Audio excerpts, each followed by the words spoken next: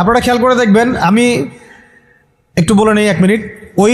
ওই আইয়ামে জাহিলিয়াতে যে জাহালাতগুলো আপনি দেখছেন, শিরকের জাহালাত, সুদের জাহালাত, রিবা, তারপরে মাদক, তারপরে জেনা, ব্যভিচার, গোত্রীয় হানাহানি, সব আপনি এখনকার বিশ্বে দেখতে পারবেন। কিন্তু যখন দেখা যাবে মুসলিমরা খুবই শক্ত অবস্থায় আছে ইমানের দিক থেকে, কোনো অবস্থায় টলানো যাচ্ছে না, ঠিক যেমন সাহাবীদের মতো, তখন তারা নতুন একটা ফর্মুলা নিয়ে আসবে।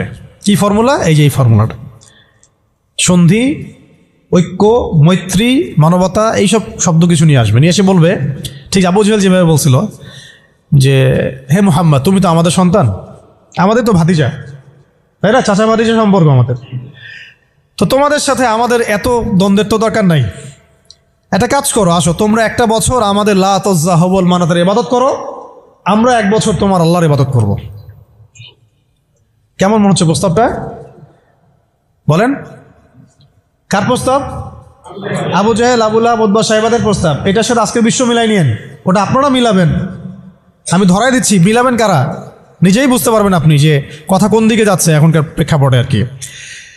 1 বছর তোমরা আমাদের লাত উজ্জা হবল মানাতের ইবাদত করো, আর 1 বছর আমরা তোমার আল্লাহর ইবাদত করব। এখন সরাসরি এইভাবে আপনাকে বলবে না যে তোমরা ইসলাম ছেড়ে দাও, তোমরা সবাই ইসলাম ছেড়ে কাফের হয়ে যাও, হিন্দু হয়ে যাও, খ্রিস্টান হয়ে যাও, ইহুদি হয়ে যাও। এরা একটা বলবে না আপনাকে, এই শয়তানরা। বরং এরা আপনাকে কি বলবে জানেন? তোমরা মুসলমানই থাকো, ঈসাই মুসলিম হয়ে যাও। কি বলবে? মুসলমান থাকো, কি হয়ে যাও? ঈসাই মুসলিম হয়ে যাও, এটাও তো মুসলিম। তোমরা মুসলমান থাকো, ওই কাদিয়ানি মুসলিম হয়ে যাও।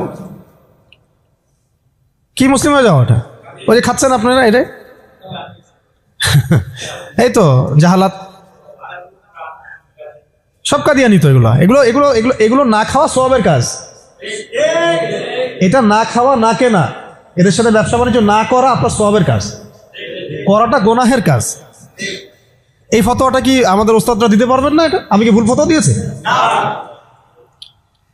একটা হচ্ছে সাতেম, যে আল্লাহ রসুলকে গালি দেয়, আর একটা হচ্ছে সে নিজেকে নবী দাবি করে। কে বড় পাপী? দুটা তো পাপী, অবশ্যই দুটাই তো পাপী, দুইটাই মোরতাদ, দুটাই হত্যাযোগ্য অপরাধ করছে।